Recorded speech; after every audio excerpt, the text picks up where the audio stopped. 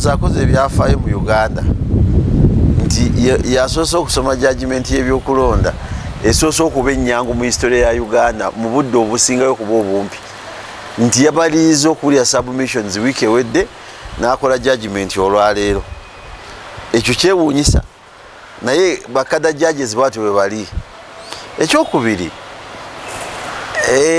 abalamuzi bekweka nnyo mu non-compliance. Akalulu kano kankikubuulire judgment sinagisoma tewali nambi weyangula wadde polling station yemu bweti naye ffe ng'aba National Unity Platform tulinze tuddeyo mu kalulu ate tujja kwapiiringa bana banga eyawaabiddwa akkiriza kubanga apiiro esinziira ku kanso na lukoola egende mbalamuzi abasukka mbameka mu bana abataano. Nze sikirabangako kino kyafaayo naye abalamuzi bonna banoonya kubakuza kati naye justice n'amanya watanikiddwa okuvunda kwe.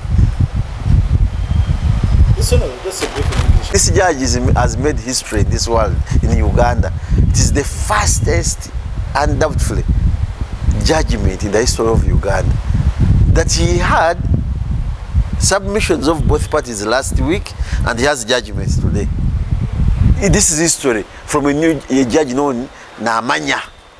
However, the records I have, I've not yet read the judgment. I've just got it here, and I'm going to sit and read it, and I will respond in the judgment itself. But I can assure you that, and I was there in this election, there is no single polling station that was won by the NRM candidate. However, it is incumbent on Council Narukola to seek for an appeal in the higher court. But remember, we have only less than 4 months to go for nominations, and the Constitution is very clear on that. So whether I like it or not, at any level, I think Narukola will remain in Parliament, because once he appeals, the time he has to hear his appeal and the remaining period, still he will be staying in the Parliament. But this man has made history. This judge has made his own history, and it will go on record that Justice Namanya managed to give a court an election petition within the shortest time ever since in Uganda. No, I hear Namanya is an acting judge. Should this even worry? And I wonder, but this, I don't know whether it's among these persons. I have less trust in many of the judges that we have just passed of recent, because the method we used to pass them is not the way we are supposed to do it. So that's why I say I can emphatically say that a number of them are cadre judges, but I don't want to attack the system that was carried out here. So I don't know, any judge, even his own fellow judges, are going to isolate him as a person. But what does this mean in a broad perspective of politics? You see, I told you, I've told that the judiciary is dwindling day by day, and it is going to continue dwindling because they are being influenced by the state. There is no separation of power now. They are not acting independently, but they will come out that if we had given the judgment in favor of National Unity Platform, then the judges would be okay. But even the public will see. I have my phone here. I am seeing NRM members quarreling, complaining, but they were involved in the election. It is terrible. Ekisooka etteeka ligamba nti nno mu myezi 6 singa ekifo kibanga tekirimu mukiise naye mu bbanga eriri wansi w'emyezi 6 ng'okulonda tekunnabaawo, Electoral Commission yakuteekateeka akalulu akalala. Naye nga obukulu bw'ensonga eno eri mu ddiiro kwe kuba nti nno omulamuzi sipiidi gy'akozesezza nga basala okuwozesa n'okusala omusango guno ng'ebadde empitirivu nnyo esukkulumi. Mu myezi 2 ne baba nga bamaze okufunoonya obujulizi bwonna ne basalawo omusango ne gusalibwa ku misango emingi, fayiro ne fayiro eziri mu makooti. Lwaki guno omusango gwe bajjeeyo ne baddusa ku misinde emiyitirivu? Ekyokubiri,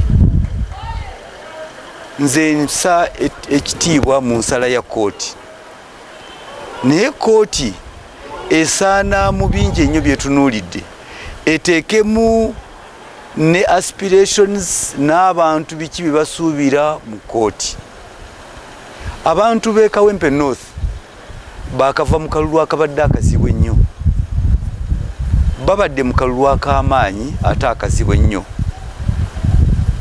kati kyandibadde eri abo bekikwatako ng'ate abantu bano abamaze ebbanga nga baalina omubaka waabwe eyabeera mu kkomera ebbanga ddene okutuusa lwava mu bulamu bw'ensi eno ne babeera mu kulonda okubadde okuyitirivu okubadde okwali okw'amaanyi okwalimu ebisago eby'amaanyi kati mu ngeri bbiri ne bw'ogamba nti nno omubaka agambe tuddemu okulonda nze kindabikira okuddamu akalulu si ye ansa naye nga n'abantu b'e Kawempe North ekisooka beetaaga obukiise beetaaga okukiikirwa mu palamenti naye ate nga n'ekirala beetaaga okuwummulako ku bisago ne ku nkovu ze balina kati gwe bw'olangirira nti naate abantu abo be bamu baddeyo mu kalulu abantu baddukidde eri kooti naye ne kooti ne bweba esalawo esaana esalewo ng'etunuulidde embeera n'akalulu mwe kayitira okubeera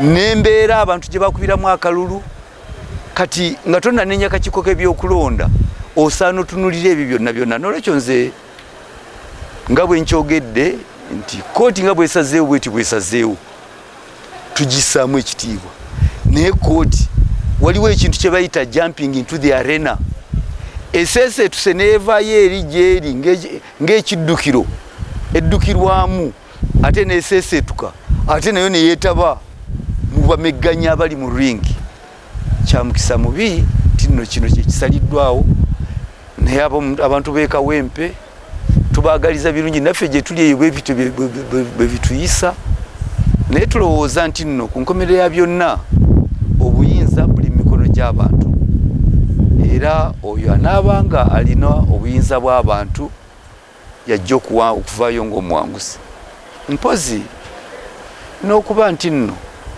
ekiseera kituuse kooti ne ziyimirira nga zeetengeredde kati bw'oba osanze nti nno ono Nalukoola si yali omuzibu akakiiko k'ebyokulonda ke kaali akazibu ke kaaviirako emitawaana era n'ogamba nti nno buli omu yeesasulira ensimbi ze ezakozeseza mu kulonda kale lwaki oddayo abantu bano abakoowu abantu b'e Kawempe n'osalawo ate bo bazze mu kalulu kye ndowooza nti nno awo balansingi ebuzeemu balansingi tevuddeeyo naye ku nkomerero ya byonna abantu b'e Kawempe tubaagaliza birungi akakiiko k'ebyokulonda tukasaba kabeere nga keetengeredde kabeere n'omugongo naye ate ne kooti zaffe zisaana zireme kubanga ziri mbire waggulu eyo zisaana zimanye waawe ziramulira bantu ki abalamudde kireme kuwulirwa nti nno abakulembeze naddala bannabyabufuzi bagambye nti nno oyo taabeere mu palamenti